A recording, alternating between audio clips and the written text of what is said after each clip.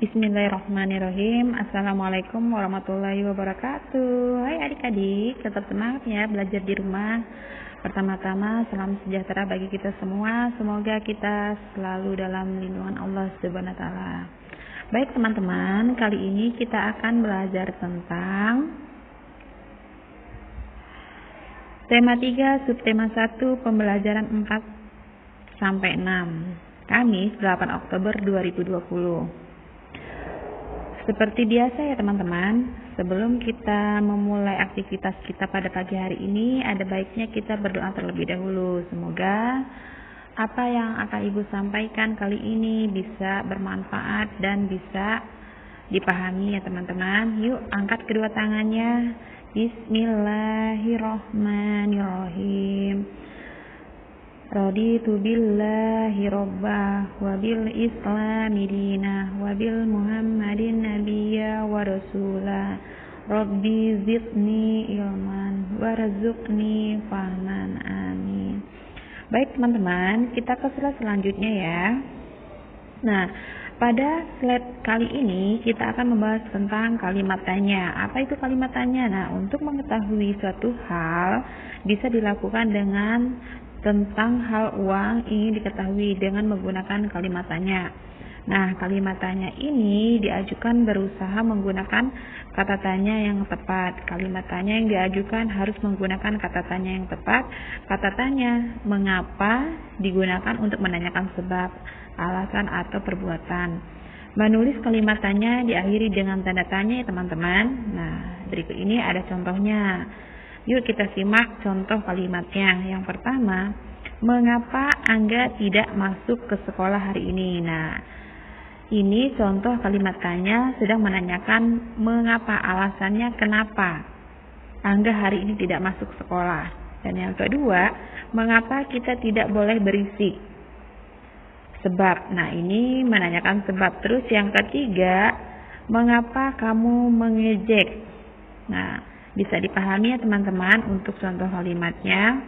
Banyak sekali jenis pertanyaan lainnya bisa teman-teman peragakan di rumah baik bersama teman atau keluarga.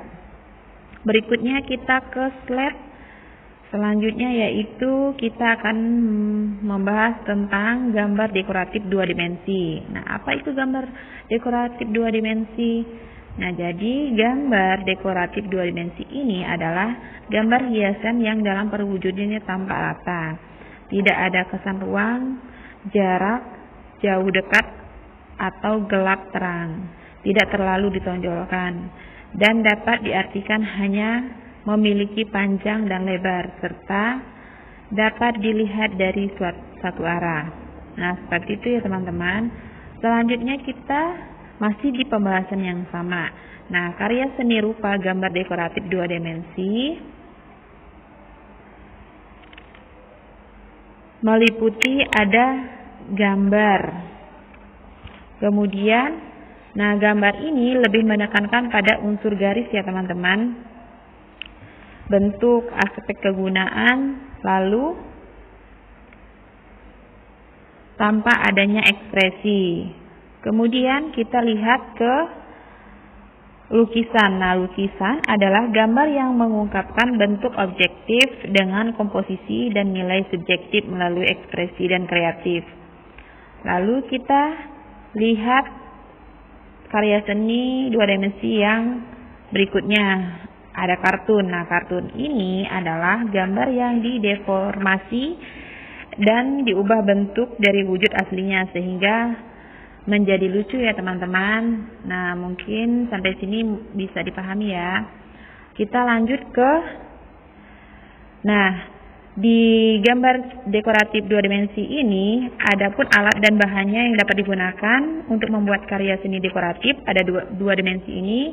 Yang pertama itu ada pensil warna, ada krayon, cat air, kanvas, kuas dan palet. Nah, itu contoh dari alat-alat atau bahan untuk menggambar dekoratif dua dimensi. Baik teman-teman, kita masuk ke slide selanjutnya, yaitu karya seni dekoratif tiga dimensi.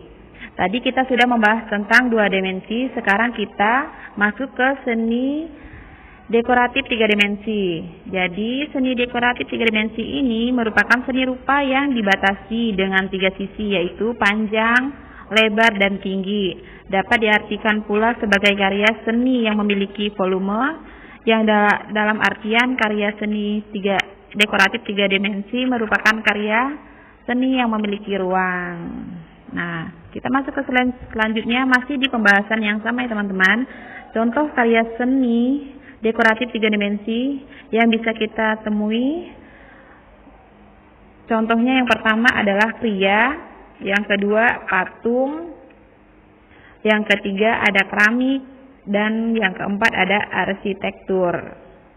Nah, banyak sekali ya teman-teman bisa kita jumpai baik seni dekoratif 2 dimensi maupun 3 dimensi. Selanjutnya kita ke masih pembahasan yang sama ya teman-teman. Adapun alat-alat dan bahan yang digunakan untuk menggambar seni dekoratif 3 dimensi bisa menggunakan bahan lunak seperti kertas, karton, styrofoam. Nah, bahan liat bisa kita pakai dengan tanah liat, gips, lilin, atau plastisin. Kemudian kita ada lagi bahan kertas seperti kayu, batu, logam. Dan bahan yang terakhir ada alat pisau, gunting, silet, dan amplas. Nah, semua bahan yang ini bisa dipergunakan ya teman-teman untuk menggambar atau untuk membuat karya seni dekoratif 3 dimensi. Kita ke slide selanjutnya. Nah, kita masuk ke pelajaran PJOK ya teman-teman. Kombinasi gerak lari, berlari, dan melempar bola. Apa saja yang perlu kita lakukan? Langkah-langkahnya yang pertama, badan sedikit dicondongkan. Lalu, nah, ini bisa kita praktekkan atau teman-teman praktekkan di rumah ya. Yang kedua, ayunkan kaki lebih tinggi teman-teman dan gerakan kaki dipercepat. Nah, yang ketiga, setelah melakukan yang kedua, kita masuk ke yang ketiga. Siapkan kaki terkuat sebelum melewati batas berlari.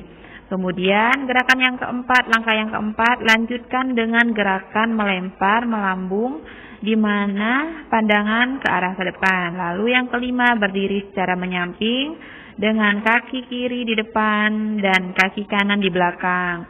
Langkah selanjutnya, bukalah kaki dengan lebar. Terus yang ketujuh, luruskan lutut teman-teman, kaki kiri serta bungkukkan lutut ke kanan.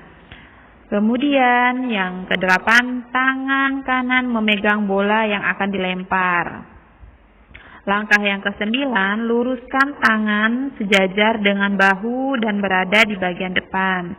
Langkah yang ke-10, lemparkan bola dari atas kepala hingga bola yang dilempar bisa melambung lebih tinggi. Nah, langkah yang ke-10 lakukan secara berulang dan secara bertahap ya teman-teman. Boleh nih dipraktekkan di rumah. Nah, mungkin itu saja ya teman-teman yang bisa Ibu sampaikan. Mudah-mudahan materi kali ini bisa dipahami dan bisa bermanfaat bagi kita semua. Jaga selalu kesehatannya, tetap semangat walaupun belajar di rumah. Dan Ibu akhiri, wassalamualaikum warahmatullahi wabarakatuh.